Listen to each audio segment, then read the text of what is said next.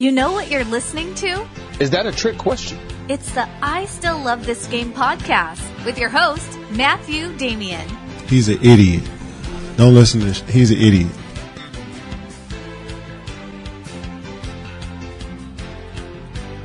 Hello and welcome to episode 80 of the I Still Love This Game podcast. Today's show is being recorded in Chicago, and you want to talk about a coincidence because we've got the continuation of the NBA Draft Hypothetical series, which has proved to be a big hit so far. We're up to number 2 on the biggest what-ifs in the history of the NBA Draft, and I know what you're thinking, it's Chicago and it's NBA Draft Hypothetical related, so surely it's what if the Blazers drafted Jordan. But you're wrong. This week's show is what if the Celtics weren't able to snag Larry Bird in the 1978 draft? You may now be thinking, what does this have to do with Chicago? And trust me, it gets complicated, so I'm just going to dive right into it. And of course, I'm going to have to set the stage here.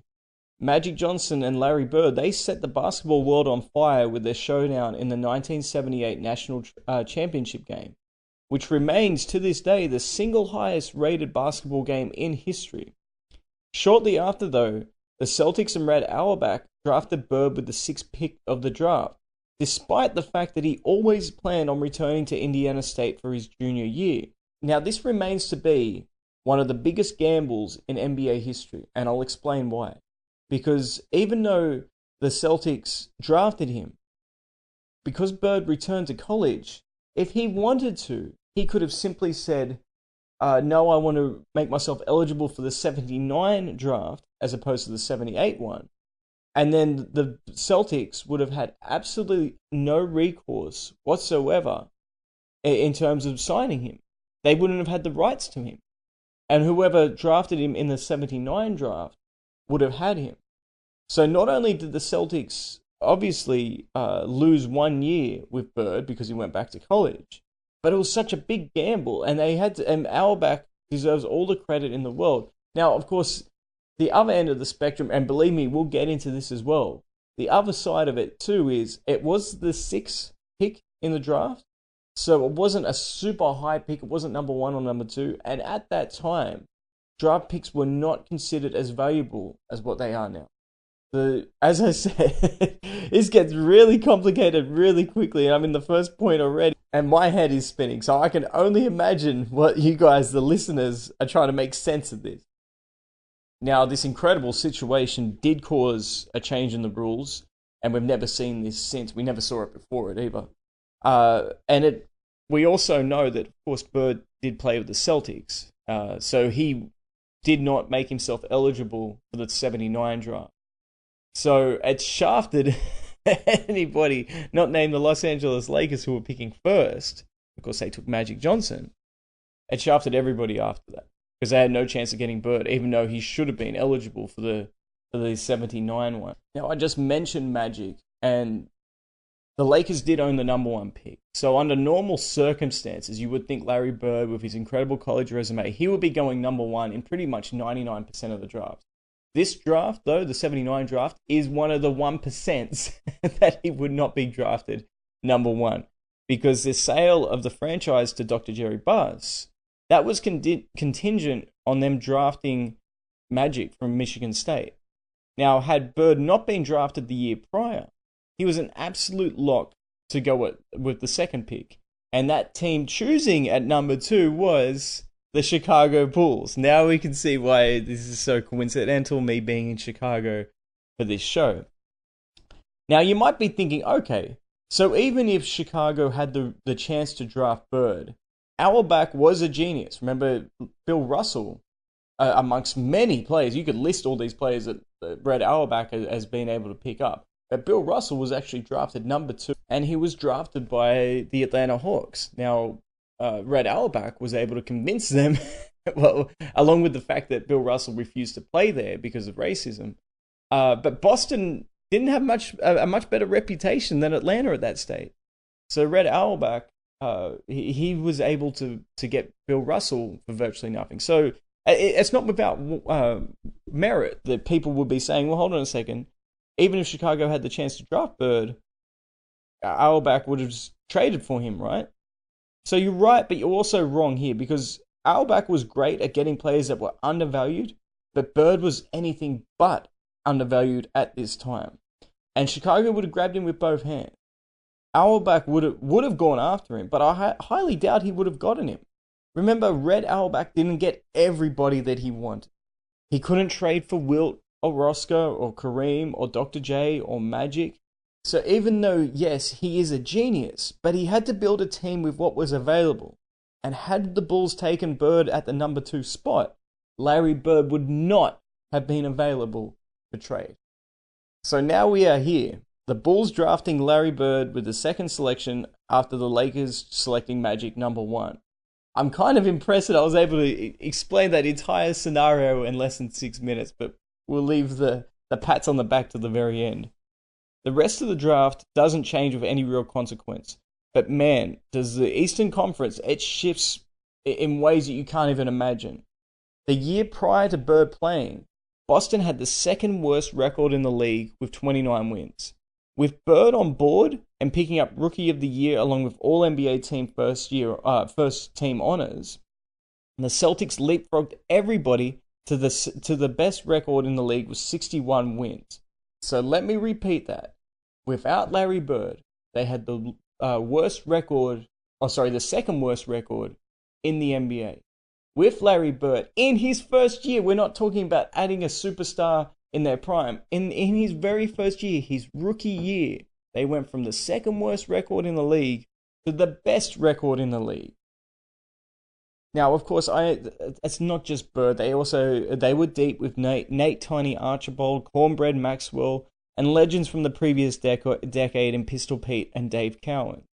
The Bulls, on the other hand, they had a young scoring stud in Reggie Theus, who was also an all-star later on in his career, and also they had a legend from the previous decade in Artis Gilmore. With a young Larry Bird kicking everyone's ass, including his teammates, there's no way I'm saying the Bulls would miss the playoffs. In fact, I still say that they would sneak into the conference finals, but not with 60-plus wins. And this is where we see our first indirect change happening as a result of this NBA draft hypothetical. And that is Philly now owns the Eastern Conference, even without Moses Malone at this stage. And Philly still goes to the NBA Finals. They still meet the Lakers in Magic's rookie year. And, of course, the Lakers still win the NBA title at the expense of the Sixers. Now, because the lottery hasn't been brought in, the draft order was determined by coin tosses for the worst teams. So teams with the worst and the second worst record would have a coin toss, as would teams with the third and fourth records, and so forth. Now, with the Bulls emerging and the Celtics struggling, the tables have turned a little bit. The Celtics own the number 1 pick, and they still made the deal for the Joe Barely Cares. Joe Barry Carroll. By the way, that has got to be one of the greatest nicknames I've ever heard in my life. And of course, it had to be Chick Hearn, the greatest announcer in all of sports history, to have given it to him. But yes, getting back to the point, the Celtics still still own the number 1 pick, and they still made the trade, trading the number 1 pick to Golden State for Robert Parrish and Kevin McHale. With Bird in Chicago, McHale would immediately start alongside Cornbread Maxwell. Remember, there was a logjam there. They had Larry Bird, who was essentially playing power forward, by the way, and Cedric Maxwell was playing the 3. So they had McHale coming in off the bench. Now, with Bird in Chicago, you've got Maxwell playing the 3. There's a perfect opportunity for Kevin McHale to slide right in there and start at the 4 position. Now, the funny thing is, the Celtics actually got that pick from a trade. So they also had their own pick. And they would end up dealing that to Portland, just like the Bulls did with their own. And in this hypothetical, they were able to get the Blazers pick in 81 and 83 in return for the draft pick in 1980. The Bulls with Bird don't make any real moves that offseason, placing trust in Reggie Theus and Larry Bird to develop. The 76ers, however, they draft Andrew Toney, and honestly, should we call him the Bulls killer instead of the Celtics killer now? And because without the Celtics juggernaut in the way, Philly goes back to the finals without any major drama, despite Bird looking very comfortable in his role playing power forward. This time, though, they face the Rockets instead of the Lakers, and as good as Moses Malone is in his prime, remember he was on the Rockets at this stage, not Philly, Dr. J gets his first NBA championship in 1981 at the expense of Malone. And if you think that's ironic, just wait about, I don't know, let's assume 10 minutes, because it's going to get a lot worse than that. But now we move on to the 1981 draft, and the Mavericks have the number 1 pick. And yes, they still take Mark Aguirre. And the Pistons, with the number 2 pick, of course, select Isaiah Thomas. The Bulls were able to trade an aging Artis Gilmore to the Indiana Pacers, who was, ironically, one of his biggest adversaries in the old ABA. With a gaping hole at center, the Bulls then traded Reggie Theus and the rights to Orlando Wooldridge, plus their pick in the 85 draft, to Houston for Moses Malone to bring some rebounding in. The Celtics then traded the Blazers pick to Golden State for a troubled scoring small forward in Bernard King, and they now boast a monster front court of Parrish, McHale, Maxwell, and Bernard King. They also picked up Danny Ainge in the draft, but he's not close to being ready as he's still playing Major League Baseball. The 82 season sees Moses Malone and Larry Bird evolve into the best duo in all of basketball, but they are incredibly thin outside those 2 star players. The Celtics are a complete contrast with so much depth, and they crush everybody on the boards and in the half court. The Lakers with Kareem, Magic, and Nixon, along with Wilkes, well, they rule the West. And these rivals finally score off again in the finals. But it doesn't have anywhere near the same mystique as when Magic and Bird are playing against each other. The Celtics expose the Lakers on the glass, and they win in 5. So remarkably, Boston only has to wait 2 more seasons to win a title in the 80s, even without drafting Larry Bird. The Lakers, due to another ridiculous trade, and this is not a part of my hypothetical, by the way. This is how they were able to get James Worthy. They held the number 1 pick, and of course they selected James Worthy. So there are no changes here. But what transpires after that is truly shocking. The Knicks are drafting at number 2, and Red Auerbach, he trades the Blazers pick, the second of the Blazers pick from when he did the trade earlier with them, along with the Celtics pick, along with Finals MVP in Bernard King, to New York. And with the number 2 pick, he snares Dominique Wilkins. And somehow, the defending champs, they get even bigger, because Dominique Wilkins is a bigger player than what Bernard King was. In addition to that, Bernard King, he now, as an NBA champion, as a Finals MVP, he gets the chance to go back home, which meant the world to him. Now, what is even more shocking is Moses Malone, who is now a free agent. He views Philly as a better chance to get a ring even than Chicago, even with Bird. Because outside of Bird, who have they got? And he bolts in the offseason. This completely leaves Bird high and dry. And Chicago looks like fools for giving up so much for essentially a 1-year rental. We'll see if history repeats itself with Kawhi Leonard here. Malone, Moses Malone that is, fits in perfectly in Philly, and they run right through the league just as they did in real life. The only difference is this is now Dr. J's 4th ring, and the 2nd in the NBA. Of course, 2 in the ABA as well. And it's him, and not Larry Bird, that establishes himself as the greatest forward to ever play basketball at this point. Chicago still was able to scrape into the playoffs, but that was only on the back of the brilliance from Larry Bird. At this point, Bird is looking a lot like what Bernard King and Dominique Wilkins did for a long time in, of course, what happened in reality, where they were great players, but they had very limited supporting casts, and they were dragging teams to the playoffs that really shouldn't have been there. And now this is what Bird's reality in this hypothetical is looking like. Now we're up to the 83 draft, and the Celtics, due to that trade with the Blazers, they now have the number 1 pick in the draft because the Blazers are the worst team in basketball. And of course they take Ralph Sampson. This is almost disgusting how loaded they are. They have Ralph Sampson, Kevin McHale, Cedric Maxwell, Dominique, Nate Tiny Archibald. There has never been a team this big in the NBA, and that, of course, includes Nate Tiny Archibald, because he's probably the greatest, he's right there in the top 3 under 6-foot players in NBA history, right there with Allen Iverson and Isaiah Thomas. This team is huge. The Bulls, on the other hand, they're picking 12, and they select Jeff Malone, and he seems to be a nice complement to Larry Bird with his defense. The Knicks get Clyde Drexler to go alongside Bernard King. And now they seem to be emerging as more of a contender than what the Bulls are. Things just get worse and worse for the Bulls. And during the season, we finally see Larry Bird begin to show signs of wearing down. And with the Bulls nowhere near contention, even for a playoff spot, he had no reason to continue to push his body to the extreme like he did when he was with the Celtics, which in the long run will actually prolong his career. The Bulls, just like they did when Jordan broke his foot, they sat him down and essentially tanked him to get into the lottery. The Bulls finished with the worst record despite Jeff Malone claiming the Rookie of the Year award. He also established himself as one of the best defensive players on the perimeter. But this season was all about the Celtics and how miserably they failed in dominating the league. Nate Tiny Archibald broke down, and they had a clear logjam up front. They still made it to the finals, but with Magic and Worthy pushing the pace, the Celtics had no answer, and the Lakers claimed their second title since Magic was drafted, and Bird is still yet to reach the finals. The Bulls had the worst record in the league, and also they won the coin toss. They're picking first, and everyone is drooling for Olajuwon in this draft. Every other player is considered an afterthought.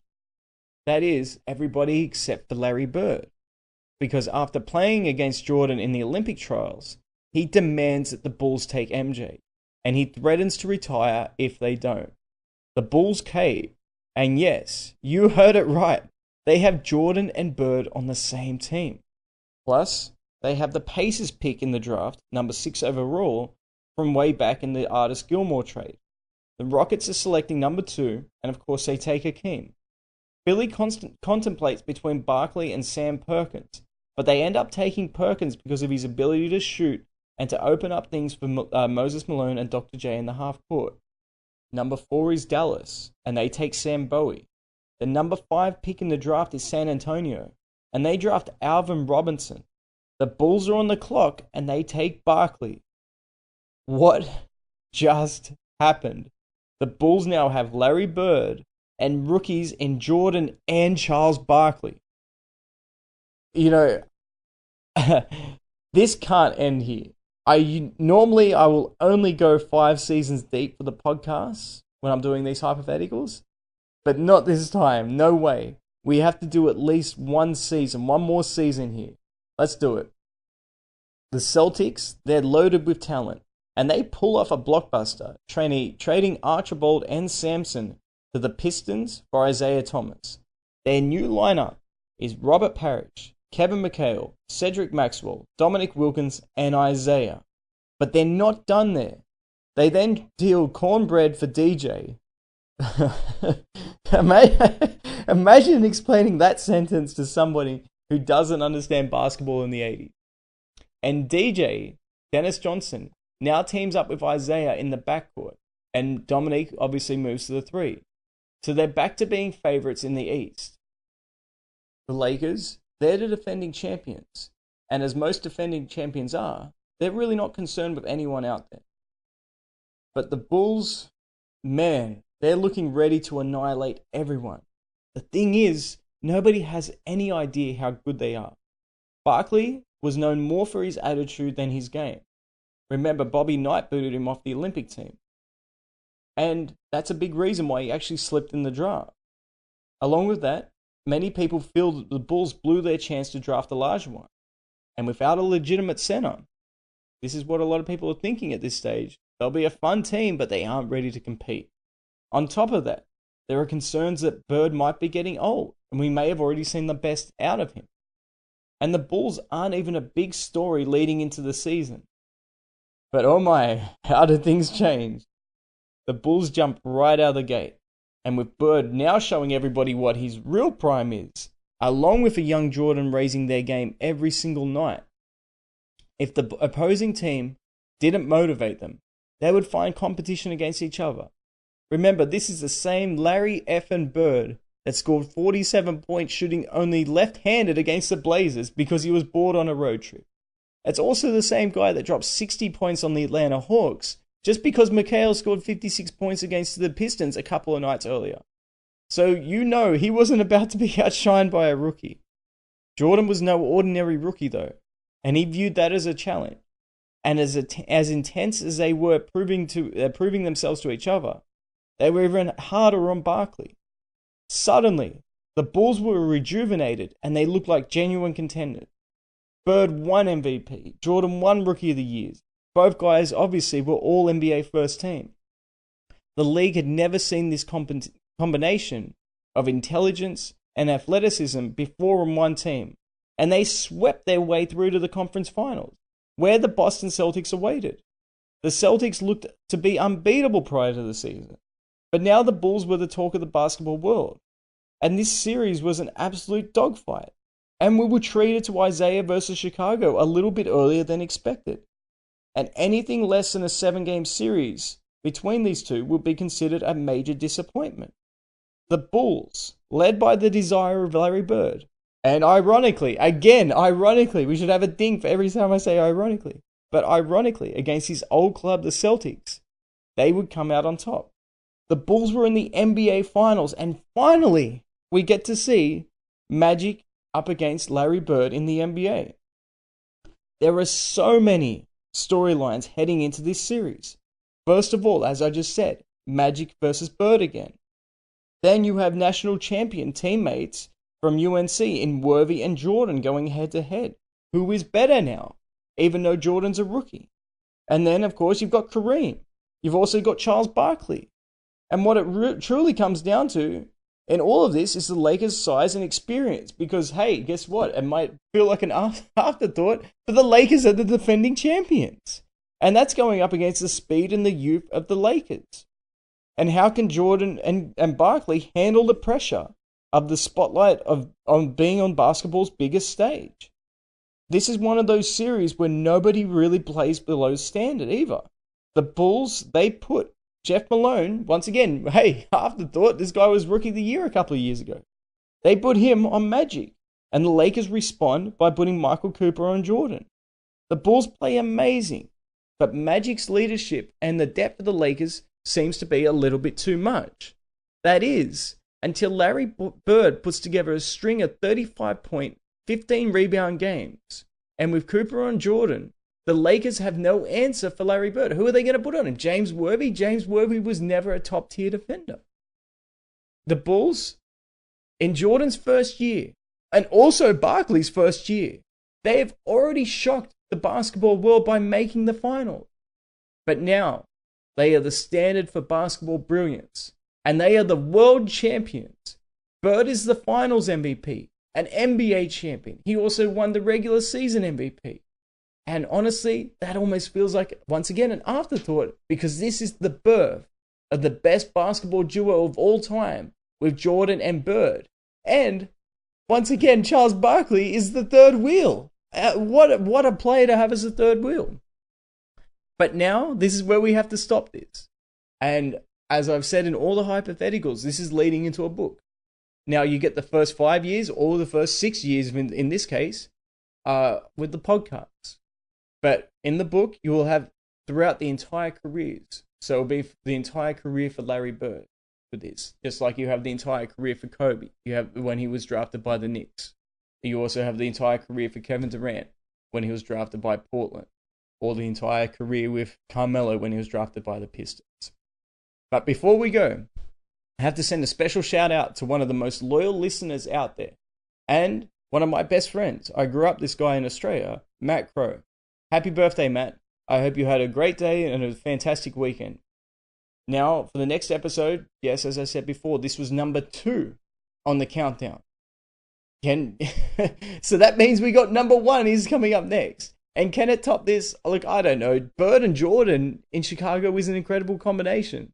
So you're going to have to, I don't like the whole teasers or whatever, but you're going to have to, listen to the episode and let me know which was your favorite. But thanks so much for listening, guys, and take care.